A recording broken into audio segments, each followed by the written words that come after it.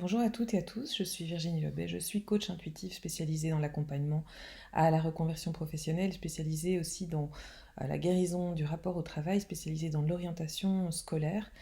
Et aujourd'hui, je voulais juste vous parler des catégorisations qu'on fait autour des... J'aime pas trop utiliser le mot pathologie, mais disons des problématiques de rapport au travail. Donc on parle de burn-out très très souvent. D'ailleurs, le burn-out ne s'exprime plus forcément uniquement dans le rapport au travail, mais on peut rencontrer le burn-out parental, le burn-out euh, écologique. Enfin bref, il y a beaucoup de sujets qui peuvent nous précipiter dans une forme de burn-out aujourd'hui. Mais on a aussi le bore-out et le brown-in, je pense. J'ai pas été vérifiée, j'avoue. Et pourquoi j'en parle? Parce que ce matin, j'ai eu un rendez-vous avec une personne qu'on a qualifiée de... Enfin, on a mis sur son certificat qu'elle vivait un burn-out. Or, tout nous a indiqué dans la séance que ce qu'elle vit, c'est plutôt un bore-out. Alors, qu'est-ce que c'est un bore-out? C'est, au contraire du burn-out, une sous-stimulation. Donc, le burn-out, on sait que il survient quand on a trop de travail, quand on n'arrive plus à gérer, quand on est littéralement poursuivi par le travail, y compris en dehors de notre cadre professionnel. Voilà, je ne vais pas m'étaler là-dessus, il y a quantité d'informations que vous pouvez trouver partout sur le sujet. Le bore-out, on en parle un petit peu moins. Le bore-out, c'est le fait d'être sous-stimulé, c'est-à-dire d'être dans un environnement qui ne va pas nous solliciter assez sur nos compétences, sur nos caractéristiques, nos envies personnelles, qui va rendre très restreinte notre marge de manœuvre et donc qui va progressivement nous éteindre. Donc on pourrait dire que le burn-out nous enflamme, nous irradie dans le mauvais sens du terme de l'intérieur. On est cramé parce qu'on est dans le trop, tandis que le bore-out, eh bien, on est éteint parce que il n'y a pas assez de feu, je dirais, qui vient nous stimuler pour nous permettre de nous épanouir. Alors on a aussi le brown out ou in, j'aurais dû vérifier avant la vidéo, désolé. Ici, c'est vraiment la question du manque de sens, ou quelque chose qui ne fait plus sens par rapport à nos aspirations profondes.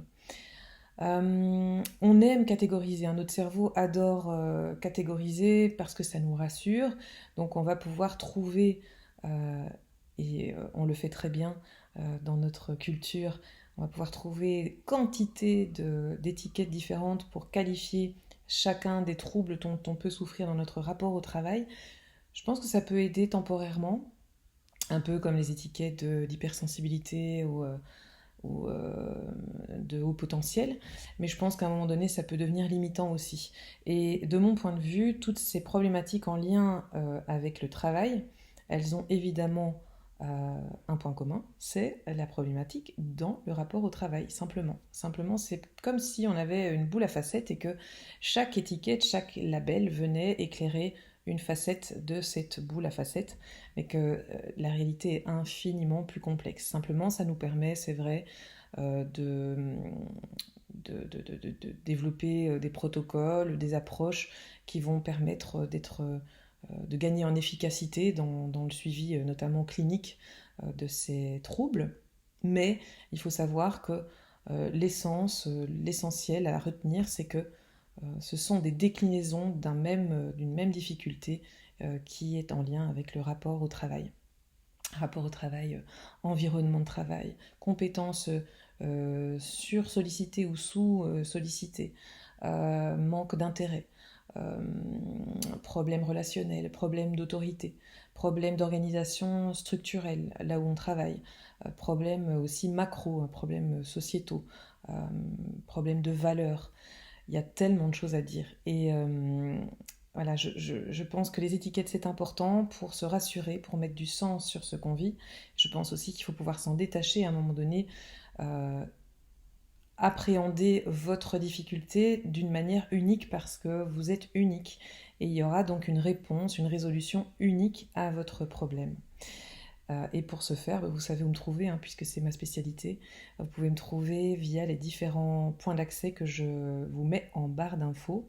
Et je me ferai un plaisir de vous accompagner de manière spécifique, en sachant aussi que je suis en train de euh, remettre un peu à neuf le programme que je proposais, qui est à la fois un programme qui nous permet de traverser les thèmes qu'il faut nécessairement explorer quand on est sur un chemin de reconversion professionnelle, mais on greffe aussi des séances de coaching qui nous permettent d'individualiser l'approche. Et c'est ce qui permet, je pense, d'avoir la plus grande efficacité dans l'accompagnement.